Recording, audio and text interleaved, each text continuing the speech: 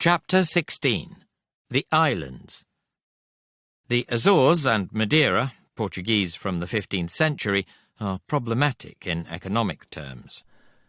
Volcanic terrain, notably in Madeira and on Faial and Pico in the Azores, is difficult to cultivate. Tourism competes with the nearer regions of the Mediterranean.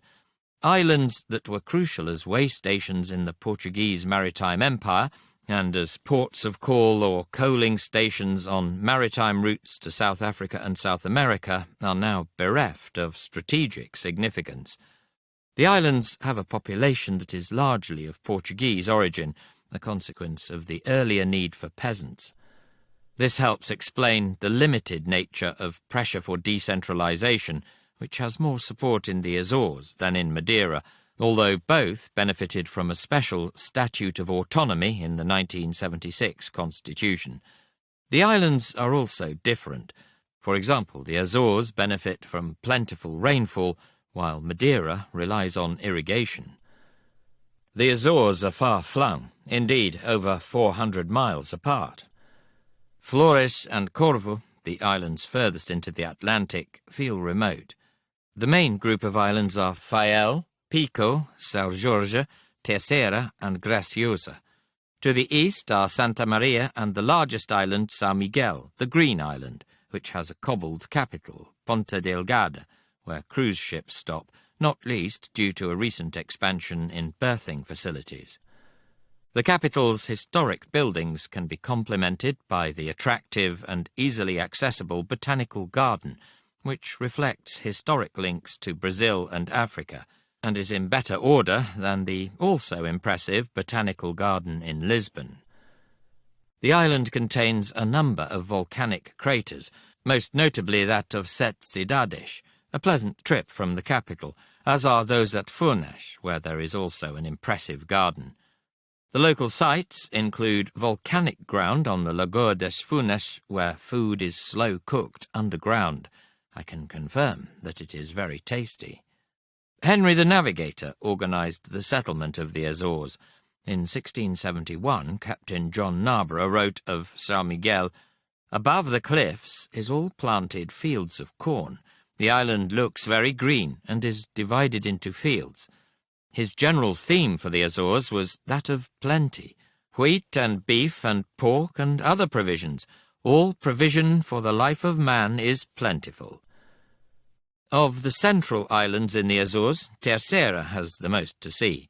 Its main town, Angra do Heroísmo, became a UNESCO World Heritage Site in 1983. There was much building there during the 16th and 17th centuries, and the island is also noted for its volcanic landscape.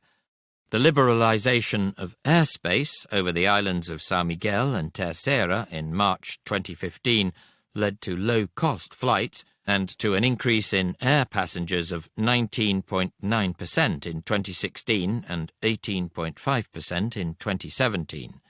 Madeira is the principal island in an archipelago nearly 400 miles off the African coast. Henry the Navigator was responsible for the introduction of wheat, vines and sugarcane to the island. In 1669, Captain John Wood commented, "The fruit of this island is sweet and sour oranges, lemons, dates, figs, walnuts, chestnuts, pomegranates, plantains, bananas, onions, but the chief is the grapes. There is fishing and a little cotton."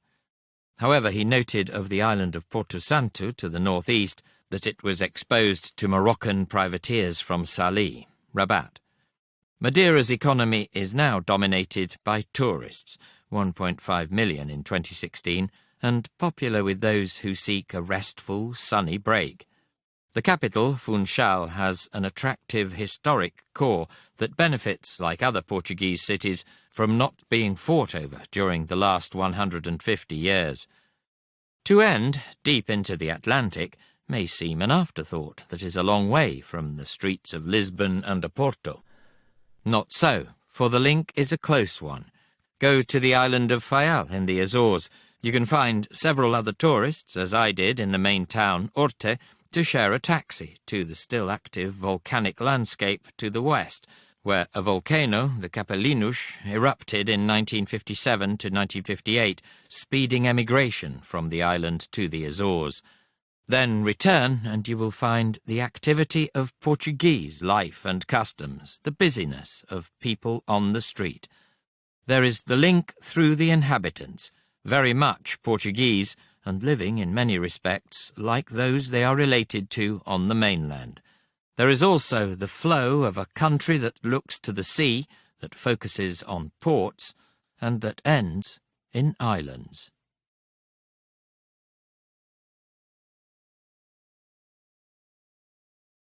You've been listening to A Brief History of Portugal by Jeremy Black, read by Roger Davis.